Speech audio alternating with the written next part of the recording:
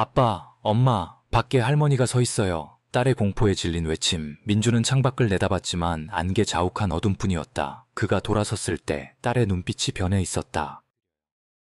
엄마는 밤새 기다린다. 낮은 할머니의 목소리가 딸의 입에서 흘러나왔다.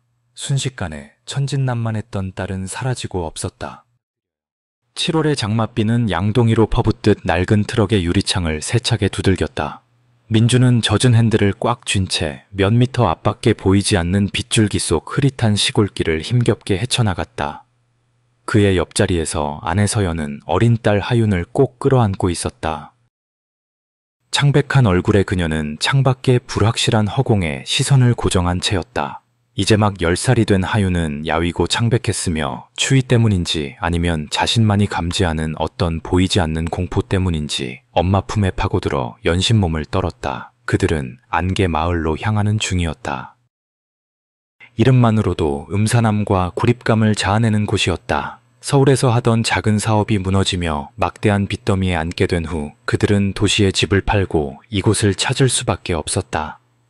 그들이 이사갈 낡은 집은 민준조차 얼굴을 기억하지 못하는 먼 친척에게서 상속받은 재산으로 언덕 아래 숨겨진 몇 채 안 되는 마을 집들과도 동떨어진 작은 언덕 위에 외따로 서 있었다. 다른 선택지가 있었다면 좋았겠지만 없었다. 이곳이 유일한 피난처였다. 트럭은 마침내 녹슨 철제 대문 앞에 멈춰 섰고 민준이 문을 밀자 섬뜩한 삐걱거림과 함께 열렸다. 빗줄기와 저녁 안개 속에 숨겨진 집이 모습을 드러냈다. 이끼 낀 기와 지붕에 깨진 창문 몇 개는 썩은 널빤지로 임시방편 가려놓은 낡은 2층 목조 가옥이었다. 벽의 페인트는 거의 다 벗겨져 시간과 비바람에 검게 변색된 나무 속살을 드러내고 있었다. 집 지붕 일부를 덮고 있는 늙은 느티나무는 가지가 앙상했지만 무성하게 뻗어 번개가 칠 때마다 기괴한 그림자를 들이우며 춤추는 앙상한 팔처럼 보였다. 차에서 내리자마자 차갑고 무거운 공기가 그들을 감쌌다. 곰팡이와 썩은 나무 냄새, 비 온 뒤의 흙 냄새가 코를 찔렀다. 우리 여기서 살 거예요, 아빠? 하윤이 겁에 질린 눈으로 집을 올려다보며 떨리는 목소리로 물었다. 민주는 속으로 불안감을 느꼈지만 애써 안심시키는 미소를 지어 보였다. 그럼 우리 딸. 여기가 우리 새 집이 될 거야. 곧 익숙해질 거다. 그는 동의를 구하듯 서연을 돌아봤지만 아내의 눈에는 숨길 수 없는 불안감만 서려 있었다. 그들은 얼마 안 되는 짐을 힘겹게 집 안으로 옮겼다. 내부는 생각보다 더 끔찍했다. 거미줄이 사방에 쳐져 있었고 남겨진 낡은 가구들 위에는 먼지가 두껍게 쌓여 있었다. 썩은 나무 바닥은 발걸음을 옮길 때마다 삐걱거렸고 공기는 숨막히고 섬뜩할 정도로 차가웠다. 새 집에서의 첫날 밤 그들은 겨우 아래층 방 하나를 임시로 치워 함께 잠을 청했다. 하윤은 잠 못 이루고 뒤척이며 텅 빈 눈으로 어두운 천장을 응시했다. 집 틈새로 새어드는 바람 소리는 누군가의 흐느낌 같았다. 느티나무 가지가 지붕을 긁는 소리는 소름 끼치는 마찰음을 만들어냈다. 이따금 위층에서 이상한 소리가 들려왔다. 가벼운 발소리 같기도 하고 물건을 옮기는 소리 같기도 했다. 당신 뭐 들었어요? 서연이 긴장한 목소리로 속삭였다. 민주는 귀를 기울였다. 쥐소리겠지, 여보.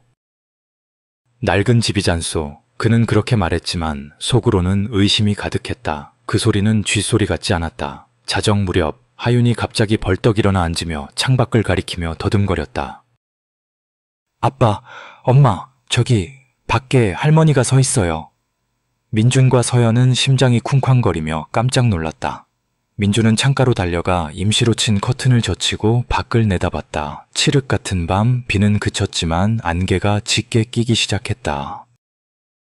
희미한 달빛이 안개를 뚫고 젖은 잔디밭 위에 기괴한 그림자를 드리웠다. 아무도 없었다. 거대한 유령처럼 우뚝 솟은 늙은 느티나무만 있을 뿐이었다. 아무도 없어, 딸. 민주는 최대한 침착한 목소리를 유지하며 돌아섰다. 잘못 본 거겠지. 안개 때문에 그래. 아니에요. 하윤이 울음을 터뜨리며 느티나무 밑동을 가리켰다. 분명히 봤어요. 하얀 머리에 검은색 낡은 한복을 입은 할머니가 우리 방을 계속 쳐다보고 있었어요. 아이는 몸을 부들부들 떨며 서연의 품으로 파고들었다. 다음 날 아침 민주는 집 주변을 둘러보다 거실 구석에 낡은 재단장을 만지작거리던 중 우연히 헐거워진 마루판 하나를 발견했다. 그 아래에는 어두컴컴한 공간이 있었고 더 안쪽에는 진짜 지하실로 통하는 듯한 작은 나무문이 보였는데 녹슨 커다란 자물쇠로 단단히 잠겨 있었다. 차가운 공기와 함께 짙은 곰팡내와 형용하기 어려운 비릿한 악취가 풍겨왔다. 그날 하루 종일 무거운 불안감이 집 전체를 짓눌렀다. 저녁이 되어 안개가 다시 내려앉자 하윤이 다시 창밖을 가리켰다. 할머니, 또 왔어요, 아빠. 이번에는 아이의 목소리가 이상할 정도로 차분했고 전날 밤의 공포는 찾아볼 수 없었다. 민준과 서연은 창가로 달려가 밖을 내다봤다. 이번에도 짙은 안개와 우뚝 솟은 느티나무 그림자 외에는 아무것도 보이지 않았다. 하지만 그들이 돌아섰을 때 하윤은 방에서 사라지고 없었다. 아이의 맑지만 등골을 오싹하게 만드는 웃음소리가 그들이 아직 감히 발을 들여놓지 못한 2층으로 이어지는 계단 쪽에서 들려왔다. 삐걱거리는 계단 아래 민준과 서연은 2층의 칠흑 같은 어둠을 올려다보며 공포에 질려 있었다. 민준은 유일한 손전등을 집어들고 켰다. 그는 심호흡을 하고 올라가기 시작했다. 서연은 남편의 옷자락을 꼭 붙잡고 바짝 뒤따랐다. 2층의 공기는 아래층보다 훨씬 차갑고 축축했다. 곰팡이와 썩은 냄새가 더 진했고 오래된 살점이 썩는 듯한 역겨운 악취와 뒤섞여 있었다. 복도 끝, 아까 열리는 소리가 들렸던 문은 지금 살짝 열려 있었고 그 틈새로 아주 희미한 속삭임이 흘러나왔다. 하윤의 목소리가 아니었다. 낮고 쉬었으며 늙은 여자의 목소리였다. 마치 어떤 자장가를 부르는 듯 했지만 가사는 끊어지고 왜곡되어 알아들을 수 없었다. 민준이 문을 밀자 방 한가운데 하윤이 등을 돌리고 서서 어두컴컴한 구석을 뚫어져라 쳐다보고 있었다. 그 쉬고 섬뜩한 자장가는 마치 아이 자신에게서 나오는 듯 했다. 하윤아, 민준이 목이 쉰 소리로 불렀다. 하윤이 천천히 몸을 돌렸다. 아이의 얼굴은 무서울 정도로 낯설었다. 눈은 크게 뜨여 있었지만 텅 비고 영혼이 없었다. 기괴한 미소가 입가에 스쳤다. 그리고 아이는 입을 열었다. 여전히 그 쉬고 늙은 목소리로 엄마는 밤새 기다린다. 서연은 공포에 질려 비명을 지르며 뒤로 물러섰다. 저건 그녀의 딸이 아니었다. 바로 그때 자장가가 갑자기 멈췄다. 하윤은 눈을 빠르게 깜빡였고 얼굴에는 당황한 표정이 떠올랐다. 아빠.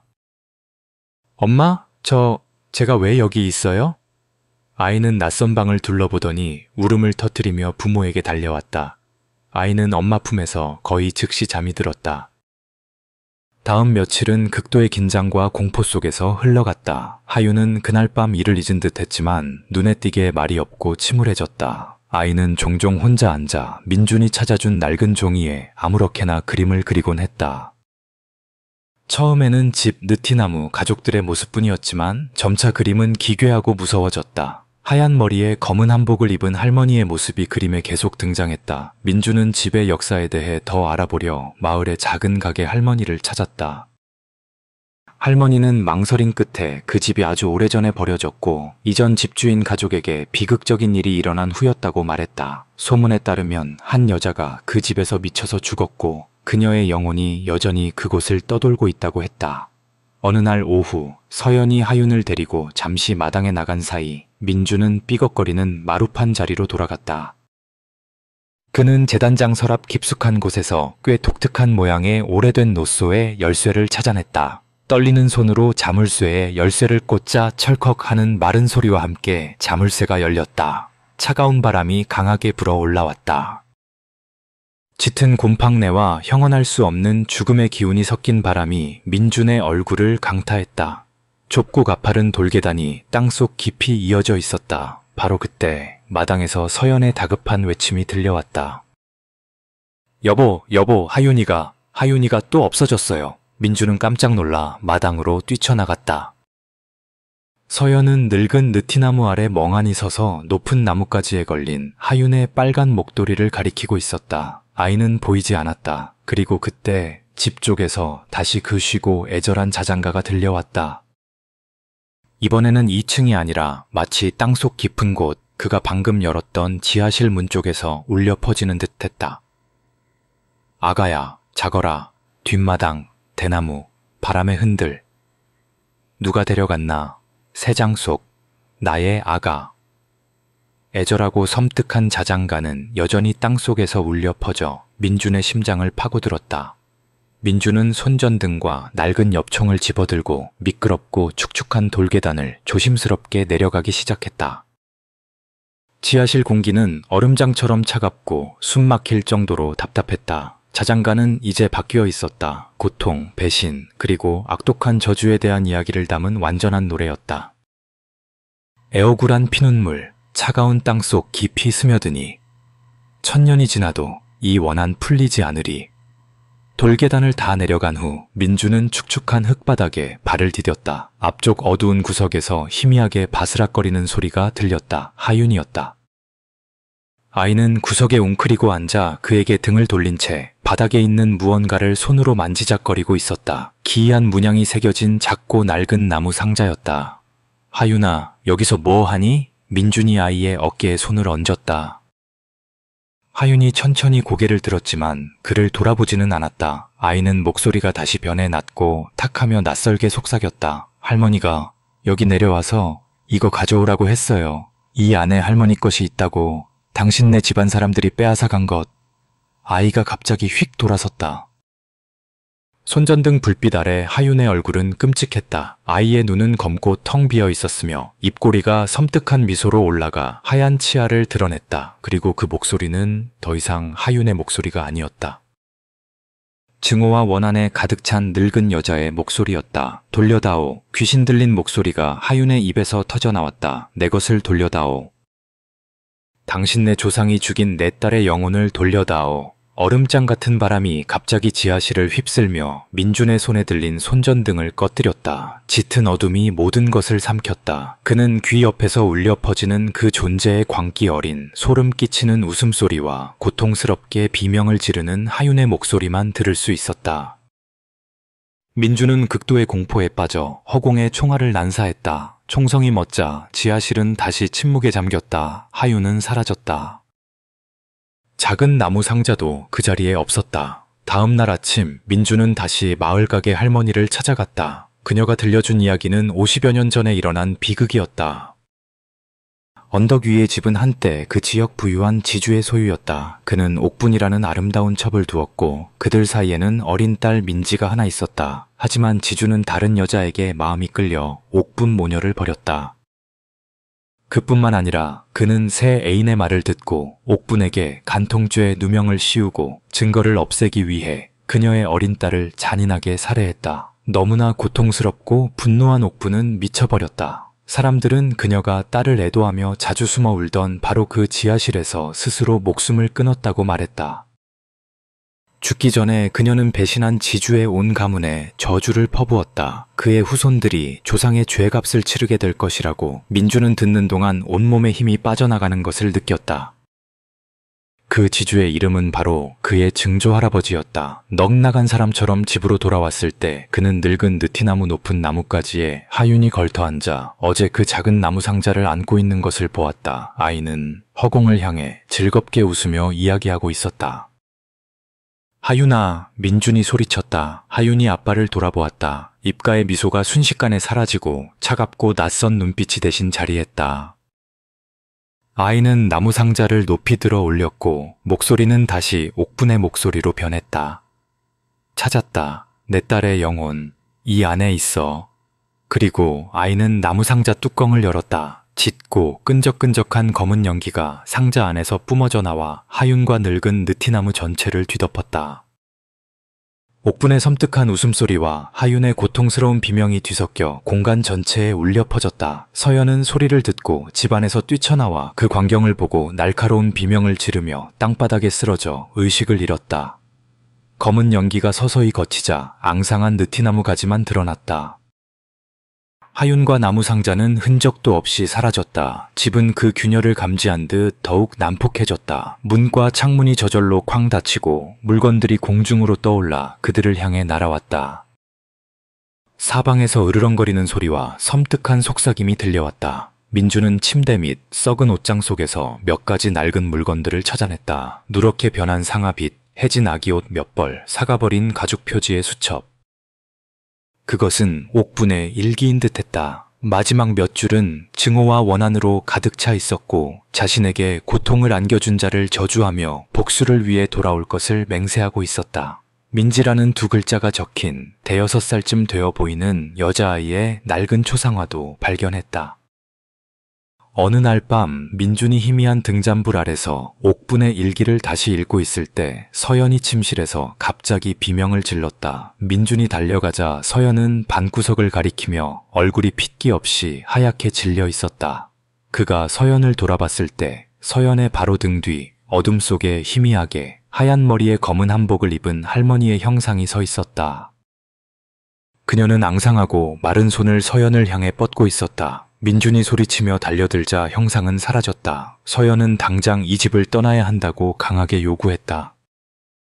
민준도 떠나고 싶었지만 하윤이 아직 여기에 잡혀 있다는 생각에 그럴 수 없었다. 하윤이를 찾기 전에는 갈 수 없어. 민지, 옥분의 딸의 영혼이 그 나무 상자 안에 있다고 믿어.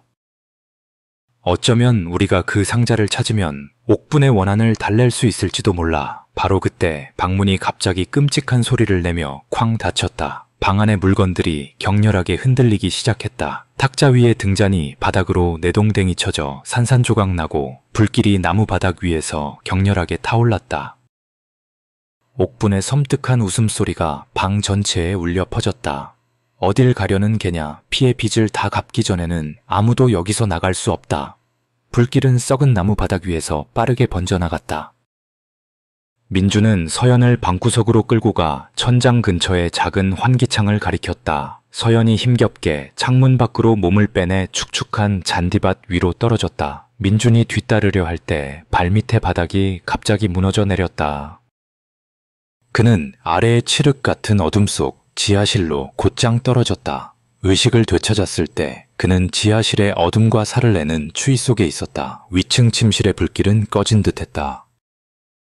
그때 발소리가 들렸다. 지하실의 가장 어두운 구석에서 하윤이 천천히 걸어 나왔다. 아이는 여전히 낡은 옷을 입고 있었지만 얼굴은 하얗게 질려 있었고 생기가 없었다. 검고 텅 빈 눈이 아무런 감정 없이 민준을 뚫어져라 쳐다보았다. 아이의 손에는 낡은 나무 상자가 들려 있었다. 아빠. 하윤의 목소리가 희미하고 낯설게 울렸다. 할머니가 아빠가 여기 영원히 있기를 바라세요. 아이는 천천히 나무 상자 뚜껑을 열었다. 이번에는 검은 연기가 아니었다. 섬뜩하고 푸른 빛이었다. 그 빛이 민준을 감쌌다. 의식을 잃기 전 마지막으로 본 것은 가까이 다가오는 하윤의 텅 빈 얼굴과 그 아이 뒤에서 만족스럽고 악의적인 미소를 짓고 있는 옥분의 모습이었다. 얼마나 오랫동안 의식을 잃었는지 알 수 없었다. 민준은 힘겹게 몸을 일으켜 위층으로 올라갔다. 방은 화재로 폐허가 되어 있었다. 그는 2층으로 향했다. 하윤이 처음 귀신 들렸던 방, 희미한 달빛 아래 끔찍한 광경이 펼쳐졌다. 서연이 마룻바닥에 앉아 벽에 등을 기대고 있었다. 눈은 천장을 향해 크게 뜨여 있었고 창백한 얼굴에는 생기라고는 조금도 남아있지 않았다. 목에는 마치 목 졸려 죽은 듯 끔찍한 보라색 멍 자국이 선명했다. 민주는 고통스러운 비명을 지르며 아내의 차가운 몸을 끌어안고 절망 속에서 울부짖었다. 그때 방구석에서 희미하게 바스락거리는 소리가 들렸다. 하윤이 그곳에 웅크리고 앉아 여전히 그 나무 상자를 꼭 껴안고 울고 있었다. 하지만 그것은 아이 자신의 울음이 아니었다. 애절하고 비통하며 고통으로 가득 찬 여인의 울음소리였다. 할머니는 일부러 그런 게 아니에요. 옥분의 목소리가 하윤의 입에서 희미하고 떨리며 흘러나왔다. 그 여자를 해치려던 건 아니었소. 그저 붙잡아두고 싶었을 뿐. 내 자식 잃은 고통을 이해하게 해주고 싶었을 뿐. 저주가 나를 악귀로 만들었소. 나 자신조차 두려워하는 악귀로. 끔찍한 진실이 민준의 머릿속을 스쳐 지나갔다. 저주는 옥분뿐만 아니라 그녀의 무고한 딸 민지의 영혼까지 묶어놓았다. 딸의 영혼이 상자 안에 존재함으로써 더욱 커진 옥분의 원한은 사악한 실체가 되어 그녀를 조종하고 온갖 공포를 불러일으켰던 것이다. 민주는 문득 옥분의 일기가 떠올랐다. 거의 마지막 페이지, 증오에 찬 저주 옆에 민지에 대한 이야기, 어머니의 사랑, 그리고 마지막 소원이 적힌 부분이 있었다. 내 딸이 부디 극락왕생하여 편히 쉴 수만 있다면. 그 글 아래에는 옥분이 서투르게 그린 연꽃 그림이 있었다. 그는 제단장 위에 먼지 쌓인 오래된 도자기, 관음보살상이 놓여 있던 것을 기억했다. 그는 서둘러 불상을 하윤 앞에 내려놓았다. 옥분, 민지의 영혼을 떠나보내시오. 아이가 부처님께 귀의하도록 하시오. 그래야만 당신도 편안해질 수 있고 하윤이도 구할 수 있어. 오랜 침묵 끝에 옥분은 천천히 고개를 끄덕였다. 민지야, 내 딸아, 가거라. 아가야, 네가 있어야 할 곳으로 가거라. 그녀는 떨리는 손으로 나무 상자를 불상 쪽으로 내밀었다. 상자가 불상 발치에 닿자 따뜻하고 부드러운 하얀 빛이 불상에서 나와 상자를 감쌌다. 순수하고 하얀 빗줄기가 상자에서 부드럽게 피어올라 허공에 떠다니다가 하얀 옷을 입은 단아하고 사랑스러운 얼굴의 여자아이 민지의 희미한 형상으로 변했다. 민지는 어머니를 향해 자애롭게 미소 짓고 민준을 향해 감사하다는 듯 눈빛을 보낸 뒤 천천히 허공 속으로 사라졌다. 민지의 영혼이 떠나자 하윤의 입에서 날카롭고 고통스러운 비명이 터져 나왔고 짙고 끈적끈적한 검은 영이가 하윤의 몸에서 빠져나와 옥분의 형상으로 뭉쳐졌다. 하지만 이번에 옥분의 얼굴에는 더 이상 악의적인 표정이 없었다. 고통과 후회로 가득 차 있었다. 내가 무슨 짓을 한 개냐. 그녀가 신음했다. 원한이 내 이성을 가렸구나. 내 죄가 너무 무거워. 나는 여기 남아야 하오. 내 잘못을 속죄하기 위해. 그 말을 마치고 옥분의 영혼은 천천히 돌아서서 화재로 인해 큰 균열이 생긴 맞은편 벽 속으로 스며들 듯 사라졌다. 오직 벽 속 깊은 곳에서 들려오는 흐느끼는 애절한 울음소리만이 점점 작아지다가 마침내 사라졌다. 새벽이 밝아오고 민주는 정신을 잃었던 하윤을 품에 안고 있었다. 하윤이 눈을 떴지만 엄마의 시신을 보자 공포에 질려 비명을 질렀다. 엄마, 안 돼! 내가 아니야. 일부러 그런 게 아니란 말이야. 민주는 이 정신적 상처가 하윤을 아주 오랫동안 괴롭힐 것이라는 것을 알았다. 그는 마지막으로 서연의 눈을 감겨주고 하윤의 손을 꼭 잡고 죽음의 집을 나섰다. 그들은 안개 마을을 벗어나는 흙길을 따라 내려갔다. 민준은 단 한 번도 집을 돌아보지 않았다. 그 후 몇 년 동안 민준과 하윤은 다른 도시에서 서로 의지하며 살았다.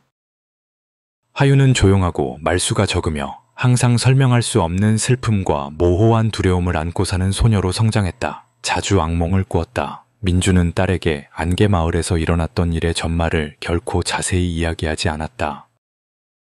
어느 날 민주는 발신인 이름이 없는 편지 한 통을 받았다. 소인에는 안개마을 근처 읍내 우체국 도장이 찍혀 있었다. 안에는 작은 종이 조각 하나가 들어 있었고 서툴고 떨리는 글씨로 이렇게 적혀 있었다. 그 여자는 아직 거기 있어. 당신이 돌아오길 기다리며. 민주는 몸서리를 치며 종이 조각을 손안에서 구겨버렸다. 저주는 정말로 끝난 것일까? 아니면 피해 빚을 받기 위해 돌아올 기회를 기다리며 잠시 잠들어 있을 뿐일까? 그는 알 수 없었다. 그는 다만 다시는 그곳으로 돌아가지 않을 것이라는 것만 알았다. 과거의 망령이 그들을 완전히 놓아주지 않을지라도 그는 하윤을 보호하고 딸에게 평온한 삶을 살게 하기 위해 모든 것을 할 것이었다. 달빛 아래 낡은 집은 여전히 그곳에 서 있었다. 끝나지 않은 비극의 말없는 증인이자 죄악과 응보의 순환에 빠질 다음 희생자를 기다리며 조용하고 섬뜩하게